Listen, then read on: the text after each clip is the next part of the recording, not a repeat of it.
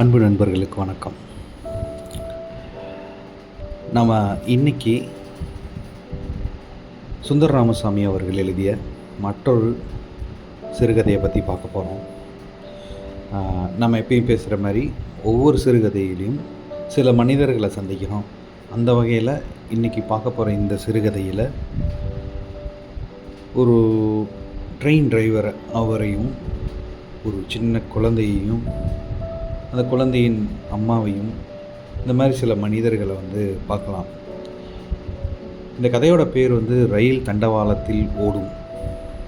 கதையோட பேரே ரயில் தண்டவாளத்தில் ஓடும் தான். ஸோ இந்த கதை எனக்கு ஏன் ரொம்ப பிடிச்சது அப்படிங்கிறதுக்கு ஒரு காரணம் என்னென்னா, இந்த கதையை படிக்கும்போதே ஒரு ட்ரெயின் டிரைவரை பேஸ் பண்ணி இந்த கதை நகருது. அந்த ட்ரெயின் டிரைவர் கிட்டத்தட்ட ஒரு 30 வருஷம் ட்ரெயினை ஓட்டுறாரு, ரன் பண்ணிகிட்ருக்கிறாரு. ஒரே பாதையில் 30 வருஷமாக அவர் அந்த தனது பயணத்தை வேலையையும் பண்ணிகிட்ருக்கிறாரு. அப்படி இருக்கும்போது அவர் பார்த்துருக்கிற காட்சி அது அவர் மனதில் எந்த அளவுக்கு பதிஞ்சிருக்குங்கிறத நிறைய இடத்துல அவர் சொல்லியிருப்பார். நீங்கள் இதை படிக்கும்போதே நம்ம ஒரு ட்ரெயினில் ஜன்னல் ஓரத்தில் உட்காந்து பார்த்துட்ருக்கிற நினைவுகள் வர தோணும். ஏன்னா அவ்வளவு அழகாக அதை நம்ம கண்ணு முன்னாடி காமிச்சிருப்பார் அந்த ரைட்டிங்கில். அங்கங்கே இருக்கிற குடிசைகள், அங்கங்கே வர மரங்கள், அதுக்கப்புறம் ஒரு நூற்றுக்கணக்கான பூவரச மரத்துக்கு நடுவில் நிற்கிற ஒரு தென்னை மரம், இந்த மாதிரி பல காட்சிகளை சொல்லிக்கிட்டே வர்றாரு. இன்னும் சில இடங்களில் அங்கங்கே சூரிய ஒளிகள் விட்டு சென்ற ஒளிகள் போல் அங்கங்கே பக்கத்தில் குடிசைகளும் அதன் பக்கத்தில் ஒளிகளுங்கிறத என்னென்னா, சின்ன சின்ன குட்டைகள், சின்ன சின்ன நீர்த்தேக்கங்களை அப்படி அழகாக வர்ணிச்சிருப்பாங்க.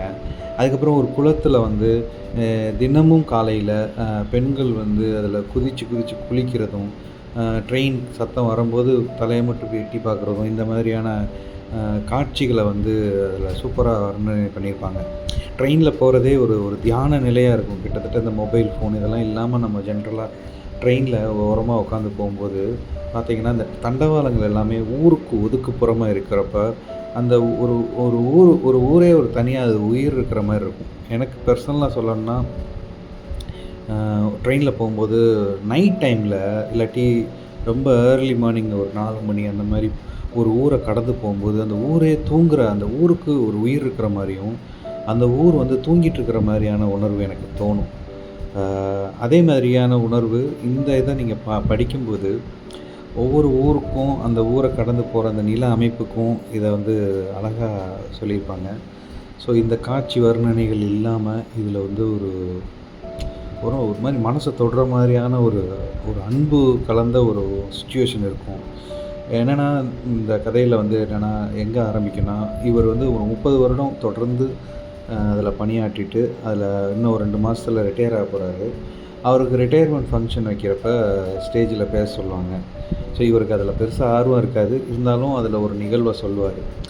எனக்கு ஒரு நிகழ்வு நடந்தது. நான் வேலையில் சேர்ந்து கொஞ்ச நாள்லேயே திடீர்னு ஒரு எருமை கிராஸ் ஆகிடுச்சு. அதை அடிச்சிருச்சு. அடித்தோடனே தண்டவாளத்தில் ட்ரெயின் போகுதாங்கிறத மட்டும்தான் நான் கான்சன்ட்ரேட் பண்ணேன். நல்ல வேலை போயிடுச்சு. அதுக்கப்புறம் அது எருமை யார் ஓடுறதுன்னு விசாரித்தேன். அப்படிங்கிறதெல்லாம் அந்த நிகழ்வு போகும். அதுக்கப்புறம் ஒரு நிகழ்வாக இவர் ஒவ்வொரு டைமும் கிராஸ் பண்ணி போகும்போது ஒரு சில நிகழ்வு பார்ப்பார். அதில் முக்கியமாக ஒரு நிகழ்வு என்னென்னா, ஒரு கல்யாணம் நடந்து ஒரு கூட்டம் அப்படியே போகுது. அதில் அந்த கூட்டத்தில் எப்படி யார் யார் கொடை பிடிச்சிட்டு போகிறாங்க, மாப்பிள்ளை எப்படி இருந்தார், அந்த பொண்ணு எந்தளவு வெட்கப்பட்டுக்கிட்டு இருந்தது அப்படின்லாம் எக்ஸ்பிளைன் பண்ணியிருப்பார். ஸோ இதில் அந்த குடும்பம் ரயில்வே ட்ராக் ஒட்டி இருக்கிற ஒரு வீடு தான். கிட்டத்தட்ட அந்த நூற்றுக்கணக்கான பூவரச மரத்துக்கு நடுவில் இருக்கிற ஒற்றை தென்னை மரம் இருக்கும்ல, கிட்டத்தட்ட அந்த இடத்துல தான் அந்த பொண்ணோட வீடும் இருக்கும். ஒரு தினமும் அங்கே போகும்போது அந்த வீடை பார்த்துட்டே போகும்போது அந்த வீட்டில் நடக்கிற மாற்றங்கள்லாம் பார்த்துக்கிட்டே வருவார். இந்த பொண்ணு குளிச்சுட்டு வர்றதும், அதுக்கப்புறம் அவருக்கு கொஞ்ச நாள் கழித்து அவங்க கணவன் ட்ரெஸ் இல்லாமல் ஒரு குட்டி குழந்தையோட ட்ரெஸ் இல்லையே. அப்போ இவன் கிட்டத்தட்ட எப்படின்னா, இவருக்கும் ஒரு கல்யாணம் ஆகி குழந்தை பிறந்து அவர் பேத்தியெல்லாம் பார்த்துருப்பார், பேரன் பேத்தியெல்லாம். அதனால் அந்த குடும்பத்தையும் அந்த பெண்ணையும் அவளோட மகளாகவும் அந்த வீட்டில் இன்னும் ஒரு குழந்தை இன்னும் வரல அப்படிங்கிற ஒரு ஏக்கத்தோடையும் அதை யோசிச்சுட்டு இதை டெய்லியும் அவர் வீட்டில் போயும் பேசுவார். அவங்க மனைவிகிட்டயும் பெண்ணுக்கிட்டயும் பேசுவாங்க. அவங்களும் எதிர்பார்ப்பாங்க. இல்ல நல்லபடியா வரும். அவளுக்கு ஒரு ஆண் குழந்தை பிறக்கும். அப்படி சொன்னோனே கொஞ்ச நாள் கழிச்சு பார்த்தோம்னா, ரெகுலரா பார்த்துட்டு போகும்போது, அங்க வந்து ஒரு சின்ன ஒரு குழந்தையோட ட்ரெஸ் தொங்க ஆரம்பிக்கும். ரொம்ப சந்தோஷமாயிடுவாரு. இத வீட்ல சொன்னோனே, "இன்னைக்கு நான் இந்த மாரி பார்த்தேன். இன்னைக்கு இந்த குழந்தைய ஃபர்ஸ்ட் டைம் கூட்டுட்டு வந்தத பார்த்தேன்." அப்படிங்கிற மாரிலாம் அ சொல்லிட்டே இருப்பாரு. ஒரு ஸ்டேஜில அந்த குழந்தைக்கு பேர் இவங்களே வச்சுப்பாங்க. கண்ணன் அப்படின்னு சொல்லிட்டு. கண்ணன் இன்னைக்கு இப்படி இருந்தான், இப்படி இருந்தான் அப்படிங்கிற சொல்லிட்டே இருப்பாங்க. அந்த குழந்தையும் வளரும். ட்ரெயின பார்த்தா துள்ளி குதிக்கும்.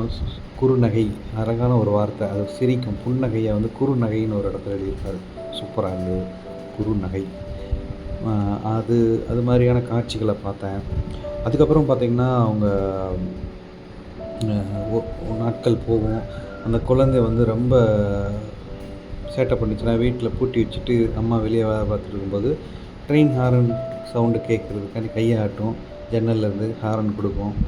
அதுக்கப்புறம் இந்த மாரி நிகழ்வுகள் அடிக்கடி ரொம்ப நெருக்கமா பார்த்துட்டு, கைய தூக்கி காமிச்சுட்டு இருக்கும்போது, அ ஒரு நாள் ஓணம் பண்டிகை வரும். குடும்பமே வந்து புது ட்ரெஸ் போட்டு நிப்பாங்க. பார்க்கவே சந்தோஷமா இருக்கும் இவருக்கு. இப்படி இருக்கும்போது ஒரு நாள் என்னன்னா, ஓணம் முடிஞ்சதுக்கப்புறம் அந்த குழந்தைய பார்க்கவே முடியாது. அ ரொம்ப நாள் ஆயிடும். ரொம்ப வேதனையா இருப்பாரு. ஏன்னா, அந்த குழந்தைய பார்க்கவே முடியல. மனைவிகிட்டயும் சொல்லும்போது, இந்த மழைக்காலங்கிறனால ஏதாவது நோய்வாய்ப்பட்டுருக்கும், வந்துரும் அப்படின்னு சொல்லியிருப்பாங்க. ஆனாவே வரவே வராது. ஒரு நாள் என்னன்னா, ஏதோ காய போட்ட துணி வந்து அ இந்த ட்ரெயினுக்குள்ளேயே விழுகும். அந்த பார்த்தா அந்த கண்ணனோட அந்த குழந்தையோட அந்த ஓணத்துக்கு போட்ட புது துணி தான். அத எடுத்து மடிச்சு வீட்ல போய் எம்ப்ராய்டிங் மாரி போட்டு, இது தீபாவளி அன்னைக்கு போய் குடுத்துருவோம் அப்படின்னு சொல்லிட்டு எடுத்துட்டு போம்போது பார்த்தா, ஆ கொஞ்ச நாள்ல அவங்க அந்த குழந்தைய பார்க்க முடியாது. ரொம்ப நாள் கழிச்சு அந்த பெண்ண பார்ப்பாரு அவரு. ட்ரெயின்லயே. ரொம்ப மெலிஞ்சு, ரொம்ப வருத்தத்தில இருக்க மாரி இருக்கும். ஆ அந்த வீடே கலை இழந்து போயிருக்கும். ஆ எதுவும் நடந்திருக்காது அப்படிங்கிற ஒரு நம்பிக்கையில இவர் வந்து அந்த அந்த ட்ரெஸ்ஸ அப்படி ட்ரெயின்லேருந்து அப்படி தூக்கி போடுவாரு. ஒரு பெட்டியில வச்சு அழகா எம்ப்ராய்டிங்லாம் பண்ணி. அத தூக்கி போட்டு அவர் அந்த காட்சிய பார்த்துக்கிட்டே இருப்பாரு. அவளும் வேகமா ஓப்பன் பண்ணி என்னன்னு பார்த்துட்டு, அத எடுத்து மூஞ்சில வச்சு அழுகும்போது தான் அவர் ரியலைஸ் பண்ணுவாரு, கண்ணன் வந்து இல்ல அப்படின்ட்டு. அது வந்து உண்மையாவே ரொம்ப பாரமா இருக்கும். அந்த அ காட்சிய படிக்க வந்த அந்த வரிகள படிக்கும்போது.